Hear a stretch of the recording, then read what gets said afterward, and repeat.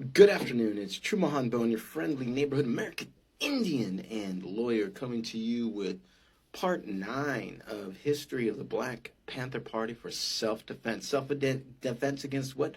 Police brutality, even way back in 1960s.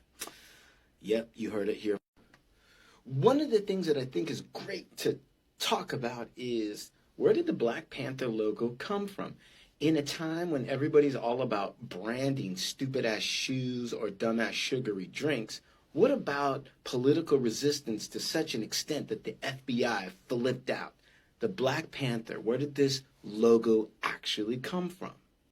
Originally, the Black Panther logo, as you can see, the proto version there, was used in Atlanta, Lowndes County, where there was a huge effort to increase African American election, right? And you needed to use graphics because a lot of people were illiterate. That's what the campaign law said.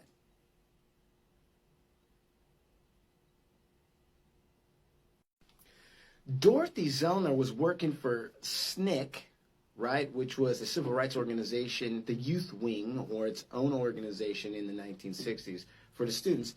Zellner was one of the secretaries that typed up the reports from field officers. Anyway, she was asked to draw Black Panther. She's a Jewish woman who moved to the South.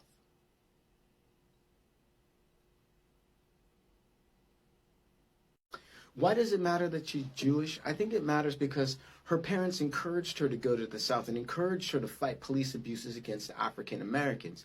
In fact, her parents fought against fascism, and while obviously they knew exactly what the results of that were, which was Hitler and everything crazy that went on in Europe, so they wanted their daughter to support the movement.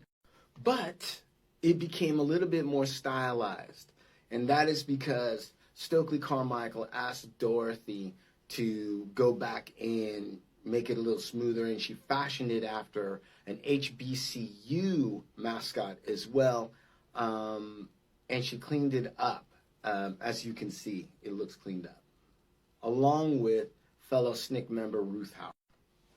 Eventually, Mark Comfort, Stokely Carmichael, and others brought this logo to the Oakland Bay area, in which case then eventually it was adopted for the Black Panthers Party for Self-Defense, which is all about policing the police, right? And instead of just observing them, they carried guns. This is what flipped Hoover's wig.